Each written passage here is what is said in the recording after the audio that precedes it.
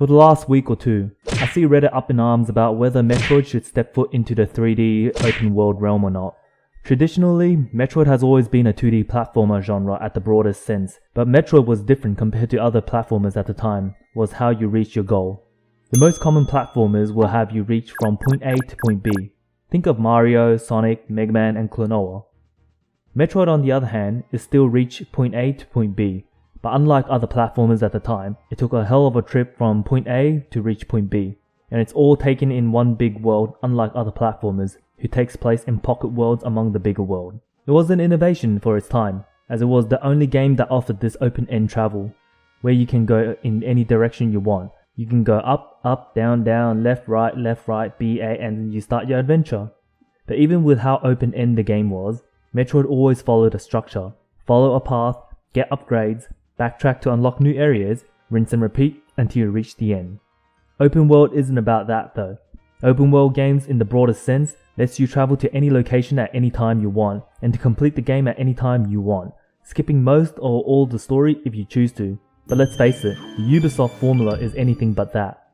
But having said that, the Metroidvania genre and the open world genre aren't really similar. But what are the pros and the cons if Metroid does go into open world? Let's start with the pros for open world. Metroid going into a popular genre may potentially increase the sales and popularity of the franchise, and so therefore increasing the longevity of the franchise. A fresh new way to play Metroid, and the possibility of the franchise branching to another path of mainline games, much like Metroid Prime did. Open world gameplay is a proven formula that works for even franchises like Souls games, where it's possibly the closest thing to a 3D Metroidvania. Now for the cons. Open world is not similar to the Metroidvania genre, and so it may tarnish the identity of the franchise. If the game fails, it might dissuade Nintendo from making another Metroid game for a while, potentially putting the franchise into another hiatus. Majority of the open world games feel like a copy and paste of each other, following the Ubisoft formula. So it appears that on Reddit, it is quite heated at the moment, with both sides arguing, saying the ones that want the open world are fake fans, while the ones who refuse changes lack imagination. Personally, I think we should just let people enjoy what they want, without labeling the other person as something. We are all individuals with our own taste and needs. We are not a hive mind that we must all share the same opinion for something. So having said that, I support an open world Metroid.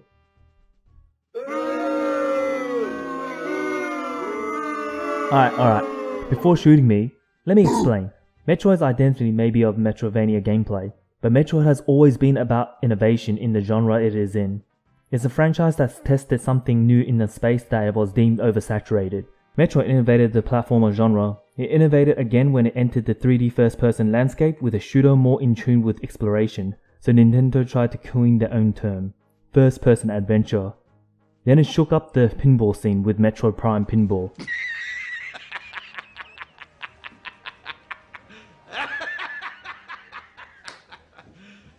You serious?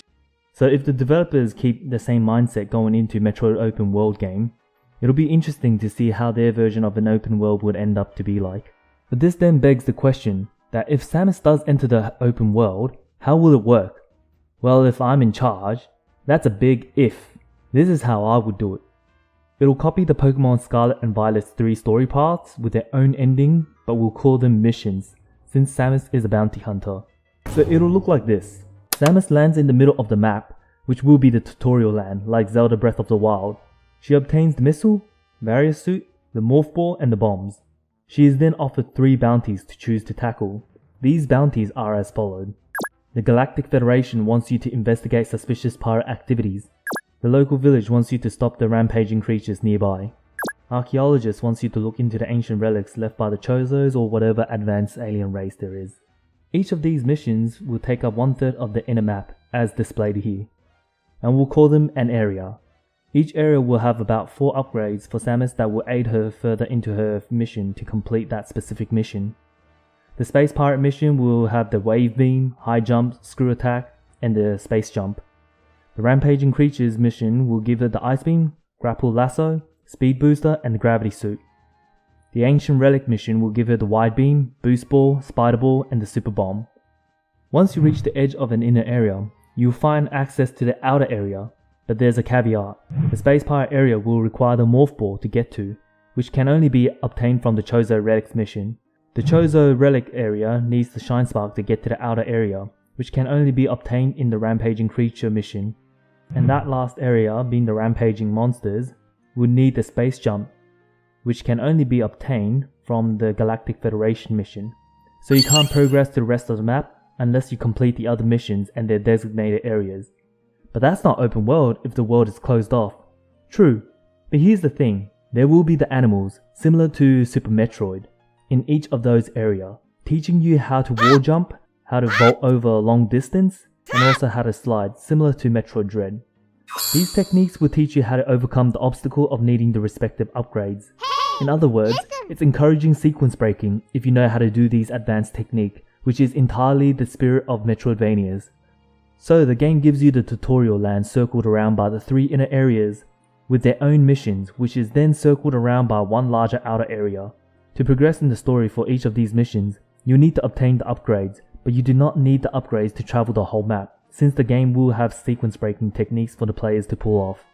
Well, that's how I think a Metroid open world could work, while keeping the spirit of the Metroidvania. Would it really work? Who knows, but I for one will welcome Metroid open world if it does happen.